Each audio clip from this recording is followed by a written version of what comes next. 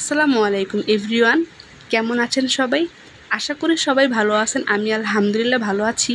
তো আজকে অনেক দিন পরে একটা লং ভিডিও নিয়ে আসলাম। তো ইদানিং হচ্ছে লং ভিডিওটা তেমন একটা দেওয়া হচ্ছে না, তো ভাবলাম যে আজকে একটা লং ভিডিও দেই।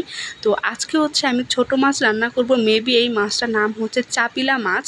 তো এই মাছটা হচ্ছে আজকে আমি হাতে মাখিয়ে রান্না করব। তো সম্পূর্ণ ভিডিওটা দেখবেন। আর ভিডিও যদি ভালো লেগে থাকে লাইক কমেন্ট অ্যান্ড একটা শেয়ার করে দিবেন। আমার আইডি যদি ফলো দেওয়া না থাকে তাহলে কিন্তু একটা ফলো দিয়ে দিবেন। তো এই তো আম্মু হচ্ছে মাছগুলো কেটে তারপরে ধুয়ে দিয়েছিল, আর আমি হচ্ছে এগুলো হাতে মাখিয়ে দেন হচ্ছে রান্না করব।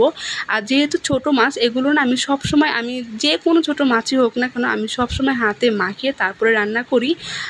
ছোট মাছগুলো না হাতে মাখিয়ে রান্না করলে বেশি একটা ভালো হয়, কারণ কষিয়ে রান্না করতে গেলে মাছগুলো কিন্তু ভেঙে যাওয়ার সম্ভাবনা থাকে।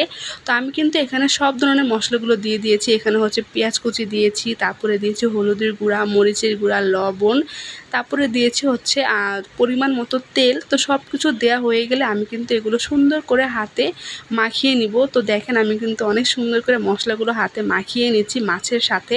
তো তারপরে হচ্ছে আমি এখানে অল্প পরিমাণে পানি দেবো, বেশি একটা কিন্তু পানি দেওয়া লাগবে না, যেহেতু ছোট মাছ এগুলো কিন্তু মানে রান্না করতে বেশি একটা টাইম লাগে না। তো অল্প একটু পানি দিলেই কিন্তু হয়ে যাবে। এই তো পানি দিয়ে কিন্তু আমি চুলাতে বসিয়ে দিয়েছি। এই তো মাছটা কিন্তু যখন পানিটা একদম মানে টেনে আসবে আর কি, তেলটা যখন উপরে মানে উঠে আসবে তখনই কিন্তু এটা একদম রেডি। আর কারা কারা ছোটো মাছ খেতে পছন্দ করো অবশ্যই কমেন্ট বক্সে জানিয়ে যাবে। আর আজকে আমার রান্নাটা কেমন হয়েছে অবশ্যই কমেন্ট বক্সে জানিয়ে যাবে। আমার ছোটো মাছ অনেক অনেক বেশি পছন্দ।